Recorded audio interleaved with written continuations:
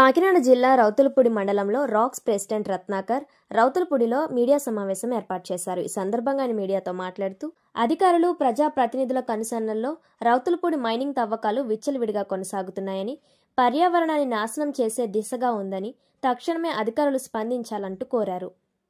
Mining పర్మిషన్లు ఉన్నాయా లేవా అనే విచారణ జరిపి తక్షణమే వాటిని సీజ్ చేయాలని కోరారు.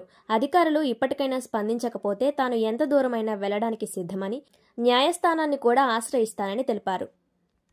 ఈరోజు ఈ ప్రెస్ మీట్ ఏర్పాటు చేయడానికి కారణం ఏంటంటే, ఈ రౌతులపూడి మండలం ప్రతిపాడు నియోజకవర్గంలో చాలా దారుణమైనటువంటి మైనింగ్ అనధికృతంగా జరుగుతూ ఉంది. ఇదంతా కూడా అధికారులకు తెలిసే జరుగుతుందని చెప్పేసి నేను నమ్ముతా ఉన్నాను. ఎందుకంటే వారికి తెలియకుండా అయితే ఇంత దోపిడీ, సహజ వనరుల దోపిడీ జరిగేటటువంటి అవకాశం లేదు. కాబట్టి ప్రతి ఒక్కరూ కూడా ఈ విషయాన్ని గమనించి సంబంధిత పై అధికారుల దృష్టికి తీసుకెళ్ళి ఈ దోపిడీని ఆపాలని చెప్పేసి ఈ సందర్భంగా మీకు విజ్ఞప్తి చేస్తూ ఉన్నాను. ఎంతో అందంగా ఉండేటటువంటి ప్రకృతి వనరులతో అలరారిపోయేటటువంటి ఈ మండలంలో మరి కొండల్ని, గొట్టల్ని మైనింగ్ పేరుతో తవ్వేస్తూ ఉన్నారు మిత్రులారా. ఇది చాలా దారుణం. ఇదంతా కూడా రెవెన్యూ కనుసన్నల్లోనే, మైనింగ్ డిపార్ట్మెంట్ యొక్క కనుసన్నల్లోనే జరుగుతూ ఉందని చెప్పేసి ఈ సందర్భంగా మీకు తెలియజేస్తూ ఉన్నాను. ఇంత దారుణమైనటువంటి తవ్వకాలు, దోపిడీ తవ్వకాలు నేను ఎప్పుడు చూడలేదు. మరి ప్రకృతిని, పర్యావరణాన్ని నాశనం చేస్తూ పోతారా? దీనికి పరిష్కారం లేదా?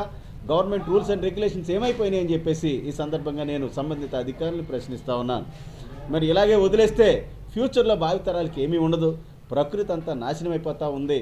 కాబట్టి తక్షణమే సంబంధిత అధికారులందరూ కూడా స్పందించి, లోకల్గా ఉన్నటువంటి ఎంఆర్ఓ గారు, అలాగే రెవెన్యూ యంత్రాంగం, మైనింగ్ యంత్రాంగం అంతా కూడా స్పందించి ఎవరు అఫీషియల్గా తవ్వుతున్నారు, ఎవరు అనఫీషియల్గా తవ్వుతున్నారు, ఎంతవరకు తవ్వుతున్నారు, వారికి ఇచ్చిన ఎక్స్టెంట్ ఏంటి, ఇచ్చిన చోటే తవ్వుతున్నారా, పక్కన తవ్వుకుపోతున్నారా, ఇక్కడ ఒక మైనింగ్ మాఫియా నడుస్తూ ఉంది మిత్రులారా.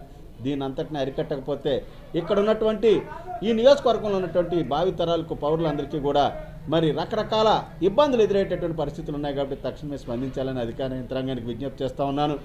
లేకపోతే నేనే గ్రీన్ ట్రిబ్యునల్కి, లేకపోతే సుప్రీంకోర్టుకి, హైకోర్టు దృష్టికి కూడా తీసుకెళ్ళి ఈ యొక్క అనధికార దోపిడీ, మైనింగ్ దోపిడీపై విచారణ జరిపించి ఆపిస్తానని చెప్పేసి సందర్భంగా తెలియజేస్తూ ఉన్నాను. తక్షణమే స్పందించాలి అధికారులందరూ కూడా.